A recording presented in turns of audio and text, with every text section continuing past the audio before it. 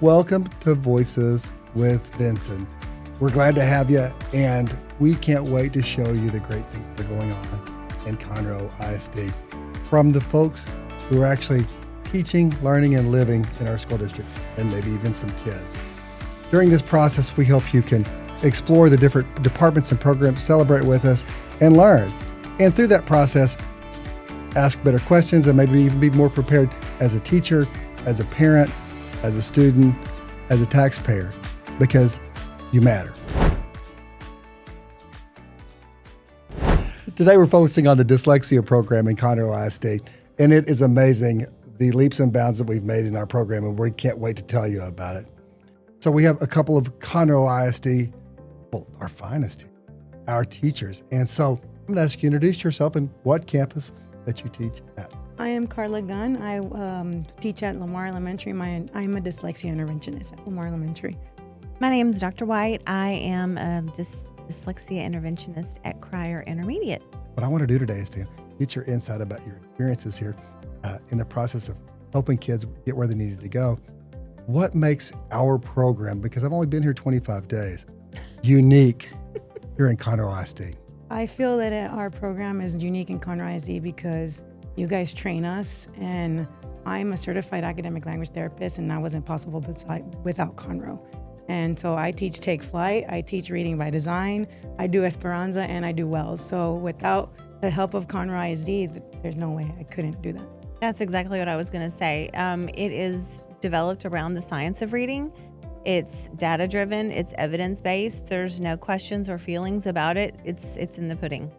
And so those who might be a little confused about being trained in the process of dyslexia intervention, there's a little bit of difference there. Do y'all want to explain about what that difference is in terms of kind of training light and then comprehensive training? So we go through a very intense training, whereas in college you might learn a little bit about phonemic awareness and all of the things that go into reading. We delve specifically into how do you make what you hear go with what you see? How do we individualize the sounds that go to how you make that into print? How does that come into writing?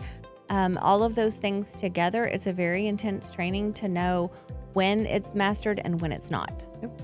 And that's when you can go in and intervene and be like, okay, what is it that's not working, and why is it not working, and what can we do to delve deeper to make sure that our kids are learning it?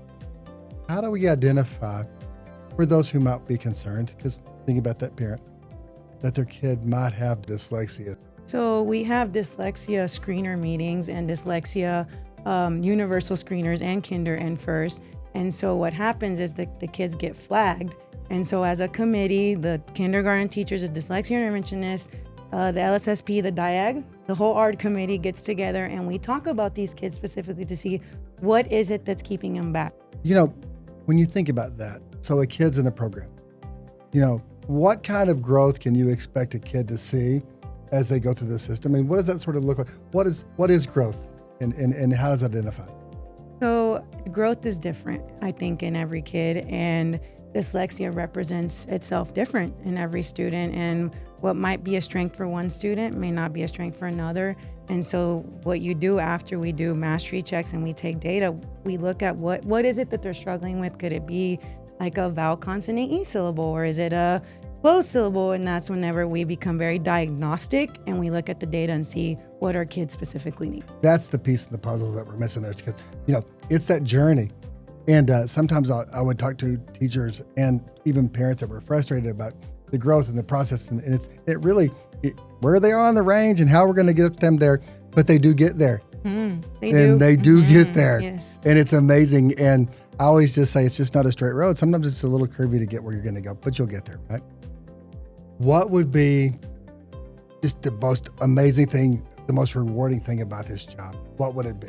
Just seeing the kids' confidence just blossom, like just them being like, oh, I got this, or oh, Miss Gunn, or so-and-so, I was able to read a chapter book today. And I'm like, that's so awesome. So just their faces light up when it starts to click is just the most rewarding thing to me, honestly.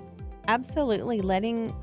Just us having the feeling that I'm changing your trajectory right now. Mm-hmm. From this one little thing that we all thought was no big deal, vowel pairs. It's no big deal, but now you're going to be successful of just this one little trick that you needed, and it just changes everything. And it gives those kids hope.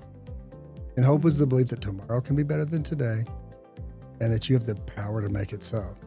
And you guys give these kids hope. And what a blessing you are, and how great it is that you can do something that makes such a difference. So the student portion, it's the most important portion as far as your perspective on this in our celebration of awareness for dyslexia. So we'll have Valerie and Brandon. I want you, Valerie, to introduce yourself. Tell me what grade you're in, where you go to school. Hi, my name is Valerie. I go to Conroe High School, and I am a senior this year. What are you going to do? I want to be a financial analyst. Fantastic. Brandon, tell us about yourself. Hi, I'm Brandon Carlisle. I'm a senior at Conroe High School, and I'm going to Texas State to study marketing and professional sales. It's so great to have you with us. And so what we're going to talk a little bit about is your journey with dyslexia. Your insights are really important. There's going to be kids watching this. There's going to be parents watching this. And because you've lived this journey, it's important for them to know about it. So tell me a little. I'll start with you, Val. When did you first learn you had dyslexia? I think I found out when I had dyslexia was in second grade.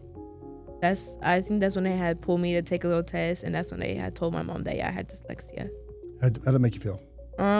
Well, at the time, I didn't know what it was until later on, until like 5th grade, 6th grade. That's when they finally told me, that's when I figured I had hard times to read. I have more hard time reading. Yeah. So tell me about yours. Yeah, so I figured out that I had dyslexia in first grade. It's kind of the same thing with Val, where they took me in to do a test, and it's the same way. I didn't know what dyslexia was. My mom said that I had dyslexia. She told me that my brain functions in a different way, and I was like, what do you mean my brain functions a different way? I act like everyone else. So I didn't realize what it really truly meant till I was older, around 5th or 6th grade. So when you're thinking about dyslexia, how has being a part of this program, being in the dyslexia therapy program, helped you learn in a way that kind of works for you? When they would pull me out of classes to go with the teachers, I feel like it did help. They would help me break down the words, or how it was more to me. It was helping me with reading. I found it more with reading. I didn't feel like it was a weakness or nothing. Yeah, you just felt like you were different and needed some help. Yeah, I feel the same way. I remember getting pulled, and they would teach me little tricks that I could do with different words and stuff, and that definitely helped a lot, especially when it comes to especially reading books. I remember when I was younger, I just felt like I was behind everyone else, and then getting into that program, it kind of bumped me up to everyone. Brandon, tell me at that moment where you realized that you were succeeding. Do you remember that moment? Yeah, it was in 4th grade actually, and it was the first ever chapter book I fully read, and it was Magic Treehouse. And I just remember I would read books, right? And I wouldn't remember the plot of the story. But I remember reading Magic Treehouse that time, and I could fully recite to you what the whole story was and stuff. And I felt for me, that was a comprehension skill that I learned through my the tricks and stuff that the dyslexia program taught me. How did it make you feel? It made me feel pride in myself. It made me feel accomplished. I'm finally, not really finally, but I'm finally up to the level where people in my grade are and stuff. So it made me feel really happy and accomplished. I used to, when I would read books, I could never understand, even reading a whole sentence, I could not understand none of it. And now at this age, I feel now I have a good understanding. I can catch on now. What's something, Brandon, that your teacher has done to really help you? I would say, especially back when I was younger, it'd be that one-on-one experience I'd get with my dyslexia teacher. And getting that one-on-one instruction really helped me understand and dissect how to better further my reading skills. Honestly, the same thing too, is we would also get pulled out of our classes, and our the dyslexia teacher would teach us how to work things out. Y'all are obviously accomplished. Y'all are big shot seniors, and you're going to be moving on to better things. You look at little kiddos that are maybe 2nd grade. What would you tell them? I would tell them to keep on trying. Just don't stop. Don't think back, just think forward. Yeah, I'd say the same thing. Keep on going, but also, that I feel the hardest part is dyslexia is not really the reading part, but also kind of the confidence. You feel when you you see everyone else not succeeding or, doing maybe better than you, and that kind of boasts you down. But with Conroe, use the resources that you have. That'll boost you up. So don't let your confidence get down because you say that you have dyslexia. For me, I don't see it as a disability. I kind of see it as a tool I can use. What makes me so proud of being in this program was now to have like a good understanding, like a better understanding on why I have dyslexia. Yeah, for me, I would say like the understanding. Like, I feel like especially when you get to the upper grade levels in the course, they kind of tell you like what dyslexia is and like why do you think like this? Why? So it gives me like Valerie said, was like a more understanding of like why do I see things like this. Final question. What would you tell your favorite dyslexia teacher? How would you say that they made a difference in your life?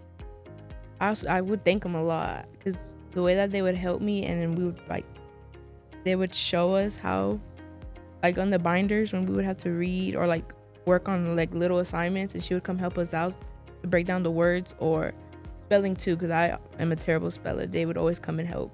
Yeah, for me, I don't know if she's still there, but Miss Matthews from P Junior High, she would always do one-on-ones with me, especially my spelling and my my reading. So without Miss Matthews, I honestly wouldn't be the reader and the person I am where I am right now. Well, you guys are obviously kids that are going to go make a difference in the world, and you were chosen because you're leaders. And the thing is, you're kind of mavericks because you helped us start this process and program that are going to help others achieve and learn and grow. Thank you very much for being a part of our program. Thank you. Thank you. It is absolutely inspiring to see everything that's going on in our great school district. This is one program that's really helping students one at a time reach their potential, find hope and well-being and engagement. Thank you to our teachers and our staff, those families who are making it happen. I'm Dr. David Vinson. Thank you for joining me with Voices with Vinson and Conroe ISD. Every voice matters.